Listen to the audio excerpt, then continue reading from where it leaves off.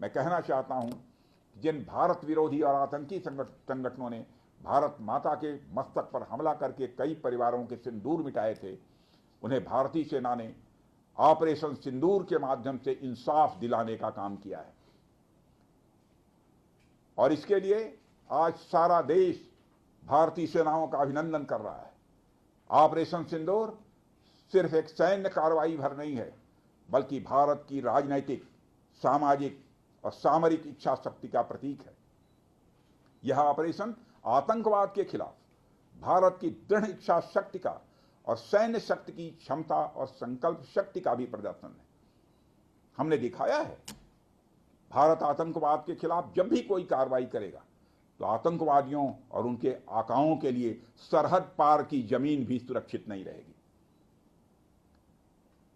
भारतीय सेनाओं ने ऑपरेशन सिंदूर को पाकिस्तान में मौजूद आतंकी ढांचा ढहाने के उद्देश्य से लॉन्च किया था। हमने उनके आम नागरिकों को कभी निशाना नहीं बनाया था, मगर पाकिस्तान ने न केवल भारत के नागरिक इलाकों को निशाना बनाया, बल्कि मंदिर, गुरुद्वारा, गिरजाघर पर भी हमले करने का प्रयास किया। भारतीय सेना ने शौर्य और पराक्रम के साथ साथ संयम का भी परिचय देते हुए पाकिस्तान के अन्य ठिकानों पर भी प्रहार करके करारा जवाब दिया है। हमने केवल सीमा से सटे सैन्य ठिकानों पर ही नहीं कार्रवाई की, बल्कि भारत की सेनाओं की धमक उस रावलपिंडी तक सुनी गई जहां पाकिस्तानी फौज का हेडक्वार्टर मौजूद है।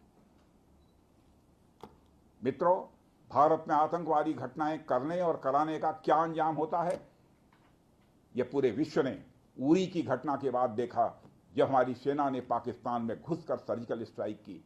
पुलवामा के बाद देखा, जब बालाकोट पर एयर स्ट्राइक की गई, और अब पहलगाम की घटना के बाद दुनिया देख रही है कि जब भारत ने पाकिस्तान के भीतर घुसकर मल्टीपल स्ट्राइक्स की हैं।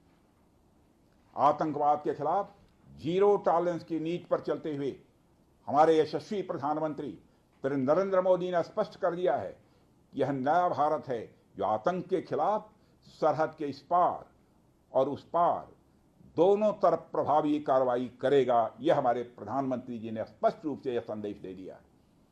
मैं एक बार फिर से